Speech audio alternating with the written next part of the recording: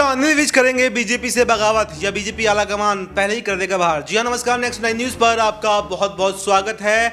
और आज के इस खास प्रोग्राम में हम चर्चा करने वाले हैं हरियाणा की राजनीति के बारे में, क्योंकि यहाँ पर अनिल विज की बगावत से बीजेपी के अंदर भगदड़ मची हुई है। क्योंकि बीजेपी की सरकार बहुत ज़्यादा स्टेबल हरियाणा के अंदर नहीं है। मात्र 49 सीटें ही उनके पास हैं, जबकि 46 पर बहुमत होता है। ऐसे में कभी भी अनिल विज अगर बगावत करते हैं तो यहां पर बीजेपी को बड़ा नुकसान हो सकता है। इसलिए बीजेपी के हाथ पैर फुले हुए हैं। सीएम नायब सिंह सैनी लगातार जो है अनिल विज को मनाने की कोशिशें कर रहे हैं। और आपने देखा कि किस तरह से जिसको लेकर बगावत छिड़ी थी, यानी अनिल विज अपने मनपसंद के पार्षदों के लिए टिकट मांग रहे थे निकाय चुनाव में, और उसके खिलाफ जाकर पार्टी ने टिकट दिए थे। लेकिन जैसे ही अनिल विज ने आवाज उठाई तो रातों रात उनके टिकट बदल दिए गए और अनिल विज की पसंद से ही बाद में टिकट बांटे गए।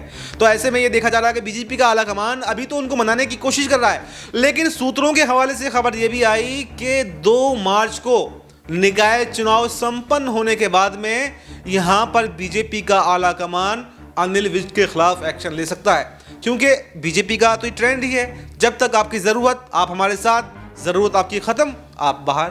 तो क्या यहाँ पर भी वही होने वाला है जैसा महाराष्ट्र में एकनाथ शिंदे के साथ में किया?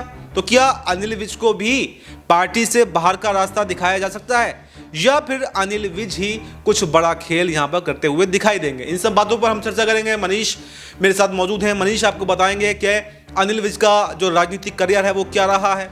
पहले भी उन्होंने बगावत की थी एक बार जब उन्होंने निर्दलीय चुनाव लड़ा था, लेकिन किसी भी पार्टी के साथ में जाना उन्होंने पसंद नहीं किया है। तो क्या इस बार अगर बगावत करते हैं तो क्या कांग्रेस के साथ में जाएंगे, क्योंकि कांग्रेस से उनको बड़े ऑफर भी मिल रहे हैं, खबरें ये भी हैं, या फिर विपक्ष में भी बैठ सकते हैं? और अगर अनिल विज को पार्टी बाहर निकालती है तो फिर क्या राजनीतिक सफर जो है वो अनिल विज का समाप्त हो जाएगा? जी बिल्कुल। यहाँ पर वफा अगर हम देखें तो लोकसभा चुनाव के दौरान से ही अनिल विज लगातार बागी सुर अपनाते हुए नजर आ रहे हैं और हरियाणा के अंदर मुख्यमंत्री बनने के लिए पूरी जद्दोजहद करते हुए नजर आए। और भारतीय जनता पार्टी अनिल विज की मांगों को सिरे से नकारती हुई नजर आई और ये कहती हुई नजर आई कि आप जो है वो मुख्यमंत्री बनने के लिहाज से उस उम्र को पार कर चुके हैं और अब ऐसे में आपकी उम्र के लिहाज से आपको मुख्यमंत्री नहीं बनाया जा सकता। तो अब कहीं ना कहीं उसके बाद तमाम विपक्षी दलों ने यह सवाल उठाया था कि प्रधानमंत्री नरेंद्र मोदी भी तो 75 से ऊपर के होने वाले हैं, फिर भी वो आने वाले 4-5 साल तक प्रधानमंत्री रहेंगे। तो भाई आखिर आपकी कैसी पॉलिसी है कि प्रधानमंत्री मोदी पर लागू नहीं होती है और बाकी सब पर लागू होती है? तो कहीं ना कहीं देखा जा रहा है हरियाणा के अंदर अनिल विज के खिलाफ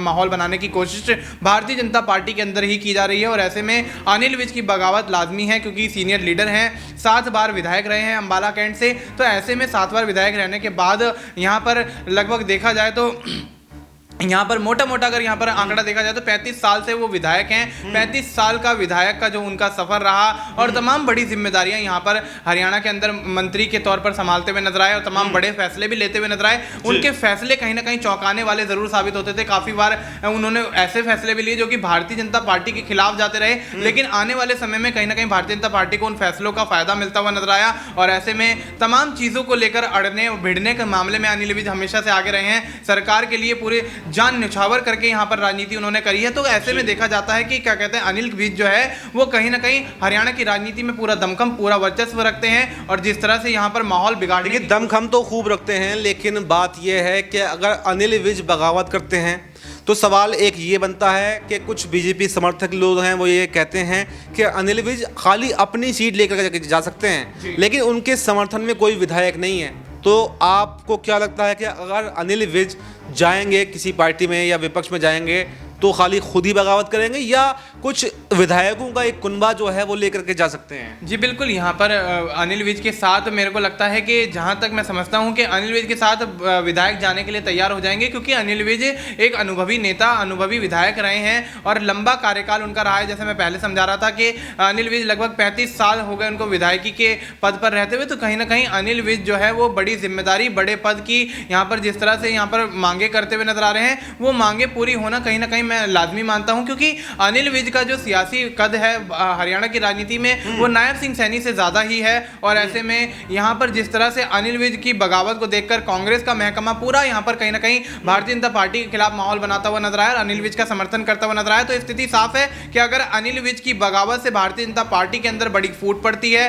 कोई बड़ा सियासी संग्राम छिड़ता है, तो अनिल विज कांग्रेस की तरफ जा सकते हैं और कांग्रेस उनको कोई बड़ी जिम्मेदारी जरूर सौंप सकती है। क्योंकि अगर राज्य के लिहाज से देखा जाए तो राज्य के लिहाज से तो उनको जिम्मेदारी मिलना अभी लगभग तय नहीं है कांग्रेस की तरफ से, क्योंकि राज्य के अंदर भारतीय जनता पार्टी की सरकार है। लेकिन जहां तक मैं समझता हूं कि अगर हरियाणा में आने वाले समय में जब चुनाव होंगे, जो चुनाव 5 साल बाद होंगे, उसमें यहां पर अनिल विज को सीएम चेहरा यहां पर बनाना कहीं ना कहीं मैं भारतीय कांग्रेस के लिहाज से प्रबल मानता हूं। और अगर सीएम चेहरा ना सही तो डिप्टी सीएम का जो पद है वो तो उनको यहां पर मिलना यहां पर पक्का है, क्योंकि यहां पर जिस तरह से अनिल विज की राजनीति रही है और अनिल विज जिस तरह से यहां पर सरकार के खिलाफ जाकर सरकार के साथ रहकर कोई बड़े फैसले लेते हुए नजर आए, जिन बड़े फैसलों से आने वाले समय में भारतीय जनता पार्टी तमाम यहां पर फायदे उठाती हुई नजर आई है। तो स्थिति साफ है कि अनिल विज की बगावत से उनके साथ जाने वाले विधायकों की संख्या ज्यादा ही रहेगी, कम नहीं रहेगी। और अनिल विज की बगावत से जो विधायक उनके साथ जाएंगे उनके माध्यम से कहीं ना कहीं भारतीय जनता पार्टी की हरियाणा के अंदर बनी बनाई सरकार ध्वस्त होती हुई नजर आएगी। और कांग्रेस के खेमे की तरफ अगर अनिल विज चले जाते हैं तो यहां सरकार भंग होने के बाद कांग्रेस भी बाजी मारती हुई नजर आ सकती है। देखिए मनीष, बस आपसे मैं एक छोटा सा क्वेश्चन और लेना चाहूंगा। देखिए अभी तक ये देखा गया है कि बगावत 2014 के बाद में तो बीजेपी के अंदर कहीं हुई नहीं है। हालांकि बगावत कांग्रेस के अंदर बहुत हुई है। 2018 में ज्योतिरादित्य सिंधिया ने बगावत कर दी, कमलनाथ सरकार गिरा दी। तमाम राज्यों में देखा गया, हेमंत बिस्वा शर्मा ने वहाँ पर कांग्रेस से बगावत कर दी, सरकार गिरा दी, उसके बाद में बीजेपी का दामन थाम लिया। लेकिन अभी तक 2014 के बाद से बीजेपी के अंदर कोई बगावत नहीं हुई है। तो मैं ये जानना चाह रहा हूँ आपसे, क्योंकि बगावती सुर यहाँ पर राजस्थान में भी दिखाई दिए, बगावती सुर यहाँ पर हरियाणा में भी दिखाई दिए और बगावती सुर दिल्ली में भी दिखाई दिए। तो कौन सा पहला राज्य आप इसमें से ऐसा देख रहे हैं जहां पर बगावत की शुरुआत हो सकती है? और अगर बगावत ये होती है तो क्या एक राज्य तक सिमट कर रह जाएगी या फिर इसकी आग कई राज्यों तक जा सकती है? जी बिल्कुल, यहाँ पर अगर देखा जाए तो अगर हरियाणा की बात करें तो हरियाणा में इस वक्त माहौल काफ़ी ज़्यादा गरमाया हुआ है, क्योंकि भारतीय जनता पार्टी ने अभी दिल्ली के अंदर सीएम अनाउंस ही किया है। और मैं मानता हूँ कि कहीं ना कहीं अगर बगावत यहाँ पर प्रवेश वर्मा द्वारा छेड़ी जाती है तो उनको यहाँ पर अपना कुनबे को मजबूत करने में थोड़ा समय ज़रूर लगेगा। लेकिन अनिल विज पहले से ही यहाँ पर तैयारियां करके बैठे हैं। जिस तरह से कांग्रेस उनको ऑफर देती हुई नजर आ रही है, तो मैं ये समझता हूं कि कहीं ना कहीं अनिल विज के साथ जाने वाले विधायकों की संख्या ज्यादा है, जब भी कहीं ना कहीं कांग्रेस उनको यहां पर समर्थन देती हुई नजर आ रही है, उनके लिए यहां पर खड़ी होकर बोलती हुई नजर आ रही है, भारतीय जनता पार्टी के खिलाफ यहां पर माहौल बना रही है। तो स्थिति साफ है कि बगावत जो है वो हरियाणा से शुरू होकर कहीं ना कहीं दिल्ली पहुंचेगी, दिल्ली से पहुंचते पहुंचते किरोड़ी लाल मीना तक यानी राजस्थान तक जाएगी। तो स्थिति साफ है कि तीनों राज्यों में बगावत होना यहाँ पर कहीं ना कहीं तय माना जा रहा है। और जिस तरह के समीकरण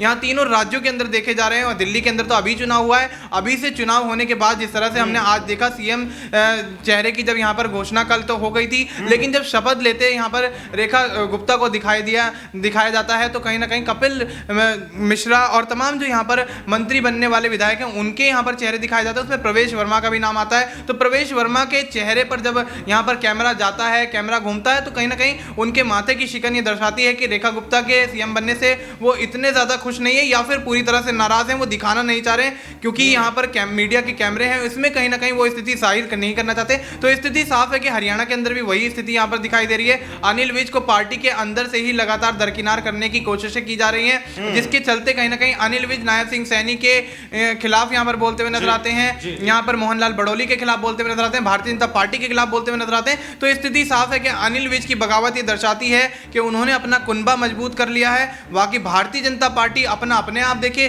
कि उनको किस तरह से यहाँ पर सरकार बचानी है, किस तरह से यहाँ पर माहौल को शांत बनाए रखने की कोशिश करनी है। तो देखिए मनीष ने आपको पूरा विस्तार से बताया कि बगावत की शुरुआत यहाँ पर हरियाणा से हो सकती है, और ये सिर्फ हरियाणा तक ही सीमित नहीं रहेगी, बल्कि दिल्ली होते हुए, राजस्थान होते हुए, मध्य प्रदेश और कई राज्यों तक भी ये जा सकती है, क्योंकि अभी तक 2014 के बाद से बीजेपी के अंदर कोई भी बगावत नहीं हुई। लेकिन अगर बगावत एक बार छिड़ेगी तो इसकी आंच कई राज्यों तक जाने वाली है। तो फिलहाल इस प्रोग्राम में इतना ही रखते हैं। आपको इस पर क्या कुछ कहना है, कमेंट बॉक्स में अपनी राय जरूर दें और देखते रहें नेक्स्ट 9 न्यूज़।